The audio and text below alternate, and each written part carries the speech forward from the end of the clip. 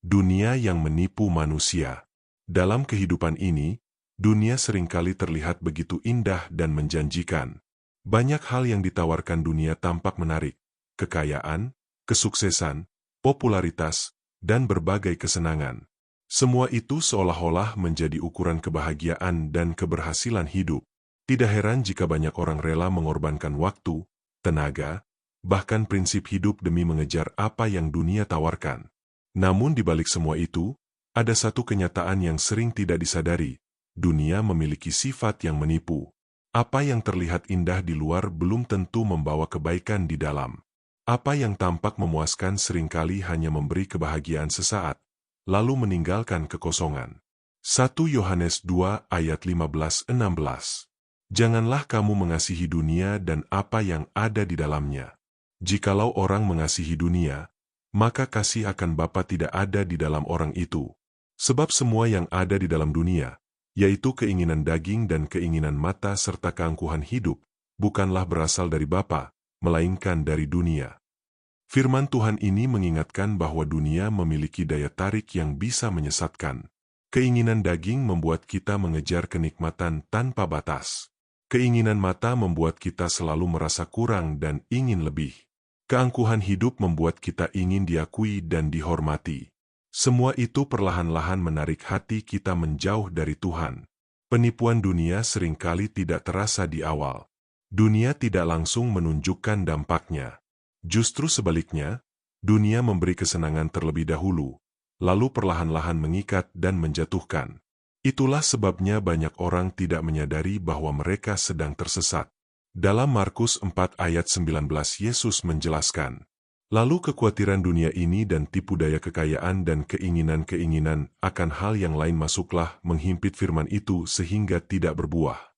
Perhatikan bahwa Yesus menyebut tipu daya kekayaan. Artinya, kekayaan bisa menipu.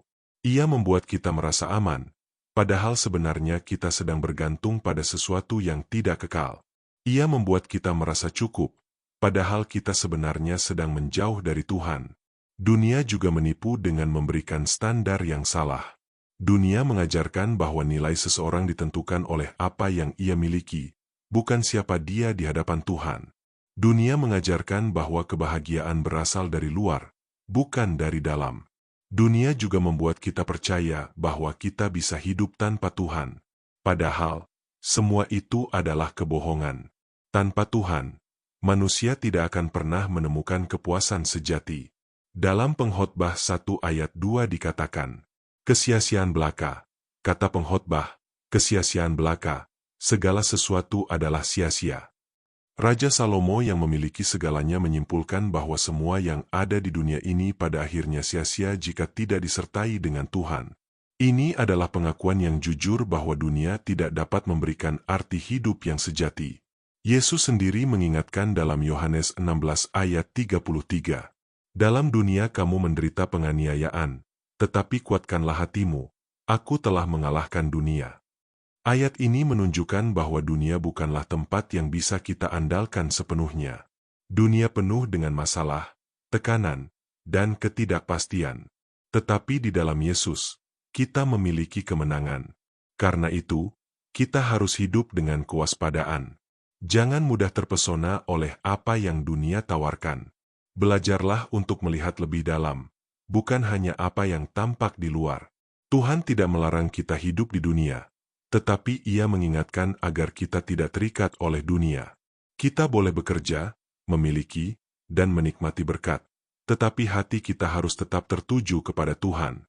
Dalam Roma 12 ayat 2 dikatakan, "Janganlah kamu menjadi serupa dengan dunia ini, tetapi berubahlah oleh pembaharuan budimu." Ini berarti kita harus memiliki cara berpikir yang berbeda dari dunia.